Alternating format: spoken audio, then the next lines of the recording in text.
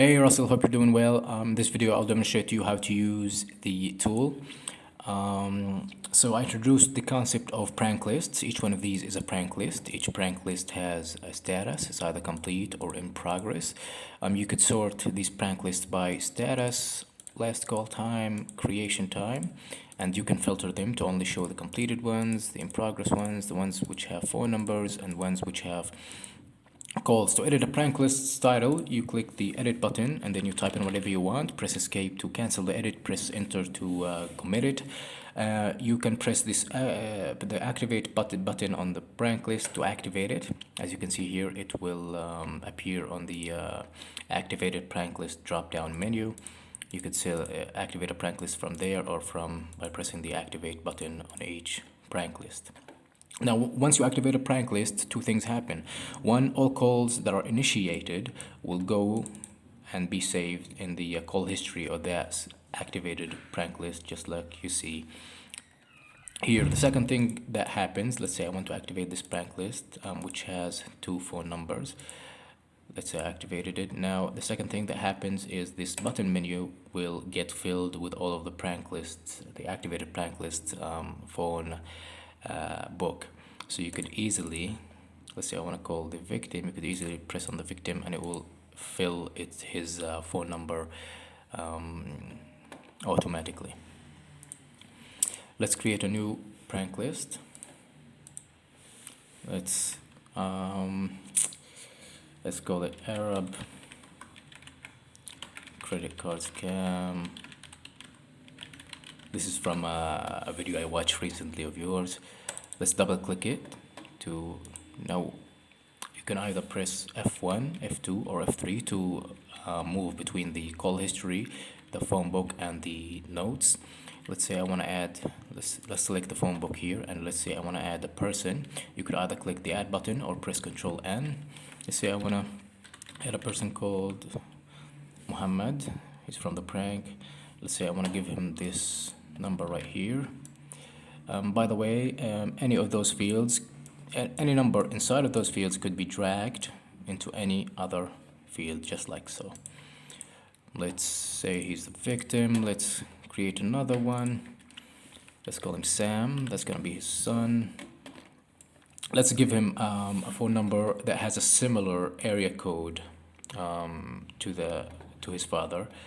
To do that, you could either select the state and select that has the area code 337 and then select the area code, or you could automatically fill the state and the area code fields by dragging a phone number into the randomize button, and then the randomize button will take that phone number and extract the state and area code relating to that phone number automatically. Now let's generate the phone number for his son. Let's say that's it. Let's choose son, create. All right. Now the same thing goes for any label that has a phone number. You can drag it and insert it into any of the fields or into the randomize button, just like so. You could search the phone book by just typing on your keyboard. You don't have to select the search field. Same thing goes for notes. Let's create a note. Address for Sam of Sam. Links.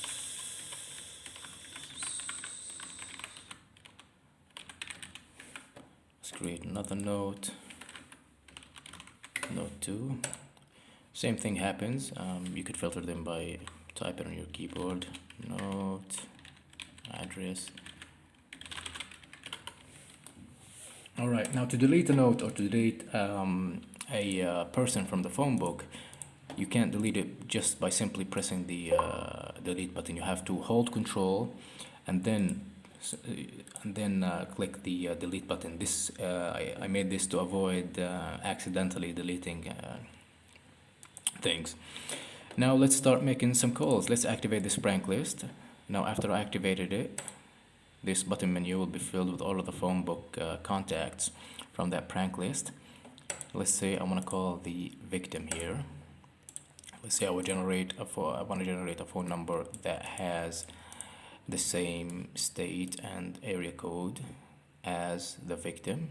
So I drag the number, as I said, to the randomize button, and then I create a random phone number, caller ID, a fake caller ID. Now let's press call. Now, each time you launch the program, you're gonna have to log in. The login details, you can set them by pressing here to set your login credentials. You can set your name, the website, and then the password.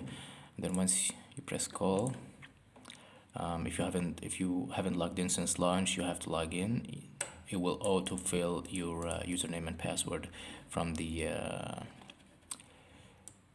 menu, from the form that you filled before. Now login is successful. You're gonna have to press call again. Now again, we're calling the victim using this fake caller ID. Call. Okay, so call has been initiated. We called Muhammad using this fake ID. So this is the callee ID, the victim Muhammad, and this is the fake caller ID that we used. Now let's say we want to add his son to the conference, to the call conference. Where is it?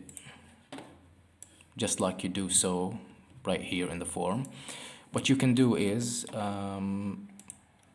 just select his name from the drop down menu there, and then if you want to call him with the same fake caller ID that you called his dad from, the victim, you could drag that phone number right into here, or you could just create a random phone number, whatever you like. Let's say you want to call him with a different phone number.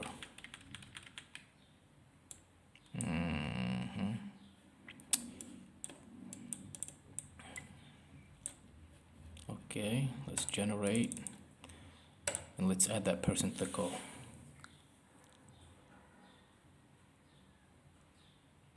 Okay, person added to call successfully. You could add as many persons as you want, just like in the form. And once the call has ended, you can click the call ended button right here. Now, another thing I wanted to tell you is any label that has a phone number in it can be dragged and inserted into any of the fields, just like so. And any label that has a phone number also could be triple clicked to copy that phone number, just like so. Let's say I want to copy the phone number of Mike Luck. It has been copied. All right, so now we're done with prank lists. What do we have here? You could click here to view or to toggle the visibility of the prank lists window. You can press here to view the brand search window. This contains all of the brand databases, phone number databases that I've scraped for you. Let's say I want to select KFC, and then just randomly select a number from here and then call. That number will get called immediately. You could press here to sort the results by the state or by the city and state. So if you press the randomize button again, all of the results are sorted by state and city. Right, I think that about covers everything. Let me know if you need anything, and I'll be in touch. Thank you.